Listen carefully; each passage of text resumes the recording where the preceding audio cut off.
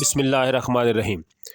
بزم انمول انٹرنیشنل کے زیر اہتمام اٹلی سے آئے ہوئے مہمان شاعر چیئرمین گلوبل رائٹرز ایسوسی ایشن محمد نواز گلیانہ کے اعزاز میں پروقار تقریب لاہور میں منعقد ہوئی، جس کی صدارت محمد ممتاز راشد لاہوری نے کی، جبکہ محمد عباس مرزا اور اسلام آباد سے آئی ہوئی معروف شاعرہ رخسانہ سحر مہمان خصوصی اور میزبان انمول گوہر علی تھیں۔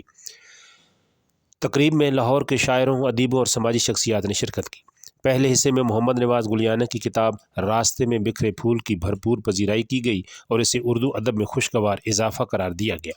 خوبصورت تقریب کے دوسرے حصے میں مشاعرہ منعقد ہوا، جس میں محمد نواز گلیانہ، محمد ممتاز راشد لاہوری، محمد عباس مرزا، رخسانہ سحر، انیس احمد، آفتاب خان، انمول گوہر علی، ولایت احمد فاروقی، اسلم باہو، انیل ارشاد خان، توقیر بن اسلم، رائے عقیل عباس بھٹی، محمد جمیل، وحید ناز اور معظم علی نے اپنا کلام سنایا اور داد حاصل کی۔